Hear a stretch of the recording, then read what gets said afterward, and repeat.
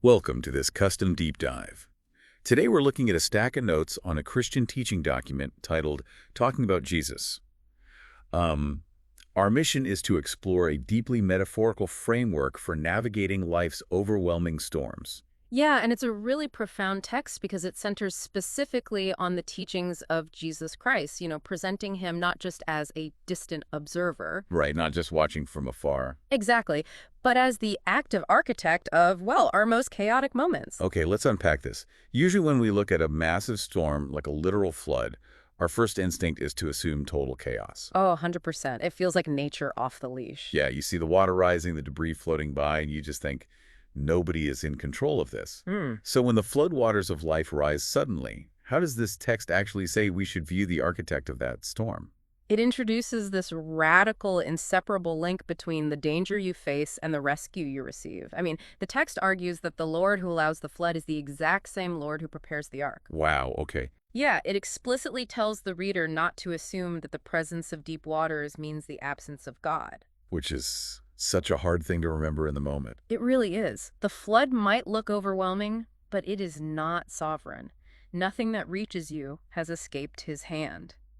That actually makes me think of an intense structural stress test in engineering. Oh, that's a great analogy. Right, like if you're inside the building, the shaking feels totally chaotic. You think the building is failing and everything is falling apart. But the architect running the test is right there at the control panel. Exactly. They are in absolute calculated control of the pressure being applied. What's fascinating here is how the text explicitly separates the roar of the sea from the rule of the sea. Wait, how does that actually work in practice, though? Because roar versus rule sounds poetic, but what is the real-world mechanism there? Well, think of a courtroom. Okay. The roar of the sea is like a screaming defendant. It's incredibly loud, it's terrifying, and, it demands all of your attention. But the rule of the sea is the judge's gavel. You got it. The waves can be deafening and they can press hard against you, but they do not make the rules. They cannot overturn God's purpose. Right. The text points out that God knows the exact measure of the waters, the way of the rain, and crucially, the precise moment the flood must cease. Which brings us to a wildly counterintuitive ask. Because God controls both the storm and the rescue, the teaching urges Christians to bless the Lord for both. Yeah, the problem and the provision. Bless him when the waters rise, and bless him when he gives you shelter. Which is so tough.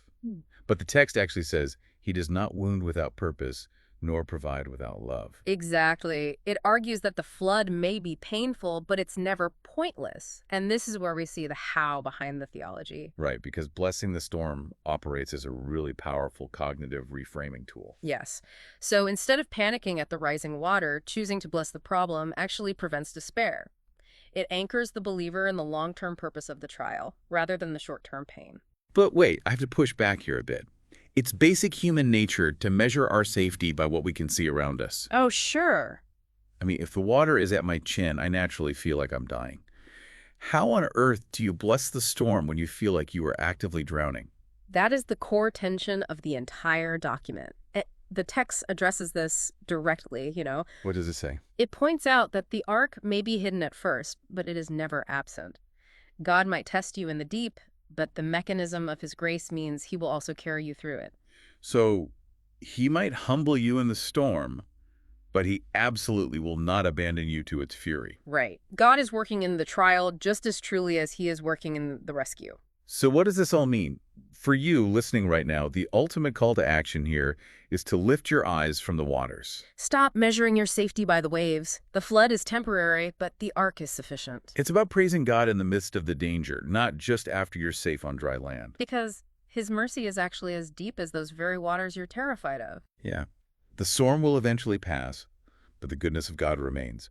And when you finally stand on higher ground, you realize it was his hand holding you the entire time. Which brings us right back to that architect at the control panel. No, exactly. Yeah. So I want to leave you with a final thought to ponder.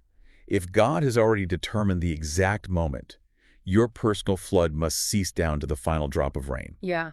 How might viewing your current struggles as having a divine expiration date fundamentally change the way you endure them today?